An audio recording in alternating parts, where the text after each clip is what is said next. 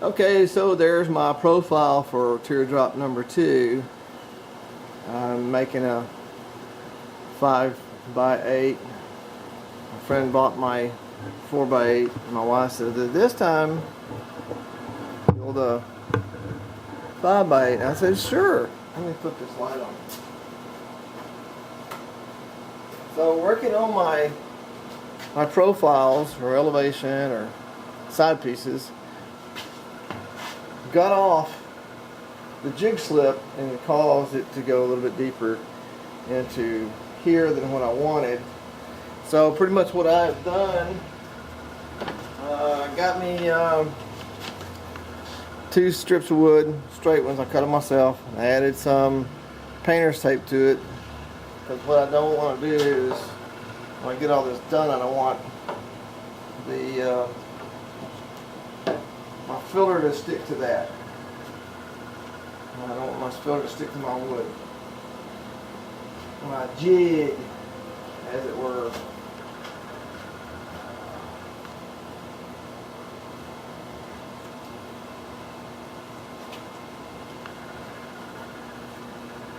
So I've got a level line here and a level line there. And what I want to do is right here, I want to get this. You can, I don't know if you can see my pencil mark. Whee!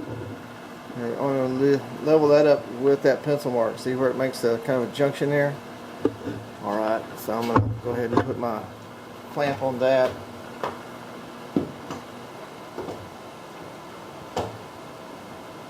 When you do this, make sure your clamp is out of the way so you don't spread your filler. And then go, oh man, I need to move my clamp a little bit. By then it's pretty much too late. Well, not really too late, just your filler's going to seize up on you and you don't want that.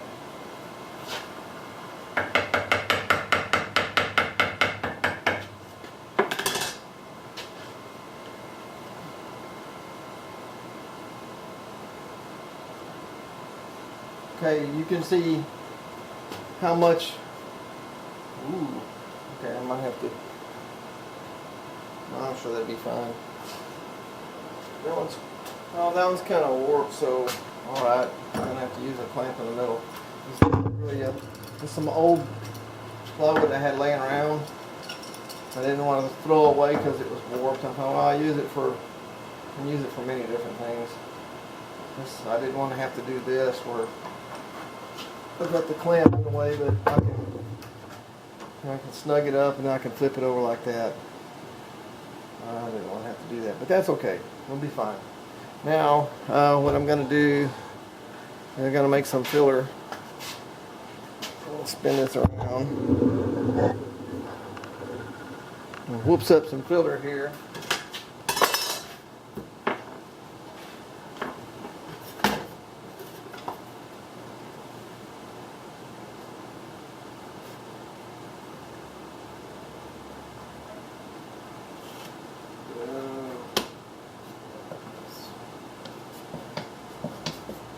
Smell too bad.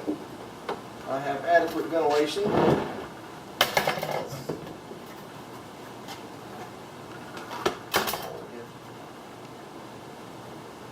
Any issues? Don't want to have any health issues later. So just taking a peek, see if you can see what you can see.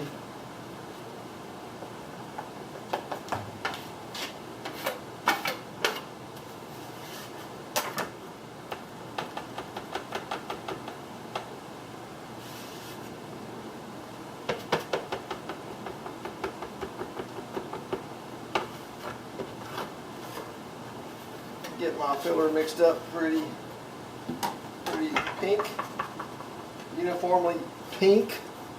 Ooh, I got some on there. All right, here we go. I'm gonna swing back to the left, or pan, whatever you want to call it.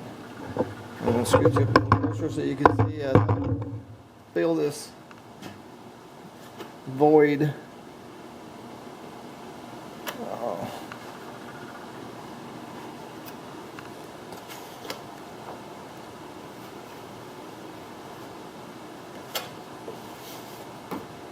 And this filler is mixed pretty hot, meaning that I put enough catalyst in it to cause it to dry quickly.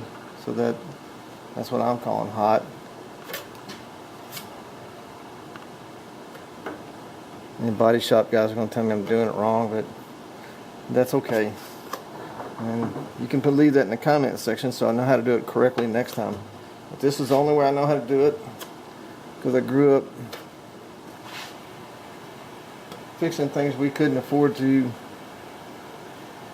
buy new, so we pretty much end up fixing everything. Fixing or repairing, whatever you want to call it. I have to move a little faster.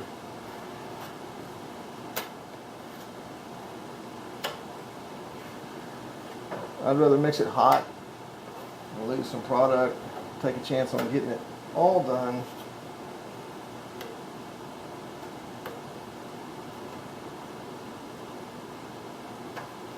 There it goes. Scoot that over. I had to scoot it all over anyway, didn't I?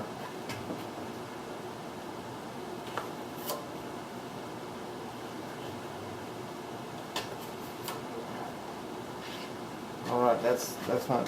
Now I'm gonna see some of this is seasoned up. I'm gonna my joint knife has got a nice edge on it from all those hours I've used it doing drywall work, so it's kind of sharp. What I want to do is make sure that this doesn't mold it together. I don't want to have any problems later. Now if I want to come back and put a little bit more filler on top of that, I can do it. You can see here the filler is done.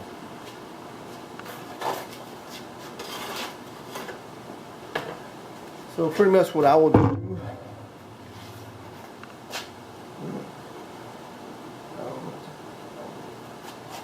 what I will do on this, once it hardens well, I will come back and put my jig back on there and sand it again. This time I'll make sure the jig does not scoot over and cause damage. So now you're wondering, well, you got all this beautiful birch here.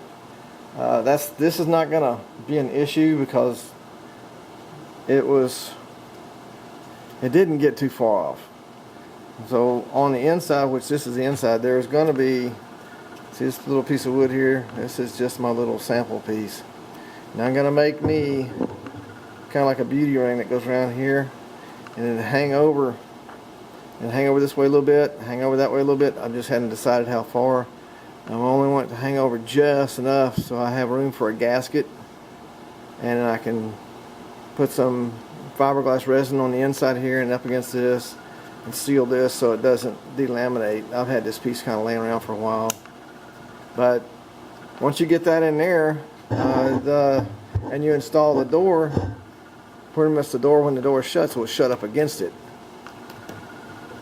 And I know that looks thin, but when it's in a short piece like that, it's pretty strong. So I will put some Type Bond on it, glue it down and staple it, and it'll go all the way around. And I'll have a nice seal on my door. I won't have to have a lip on the outside. And now, of course, on the outside, you're going to be able to see, well, you're not really going to be able to see anything because the outside is going to be fiberglassed and sanded and painted. Okay, so if this helped you salvage your teardrop with the door issue, please hit the like button and subscribe, leave a comment. I don't know what I'm doing when it comes to Bondo. I'm just doing it the way I was taught in the country, and it works for me. Never had an issue, nothing ever popped loose. So all I can say is like and subscribe. I would appreciate it. I need some subscribers, please. Thank you.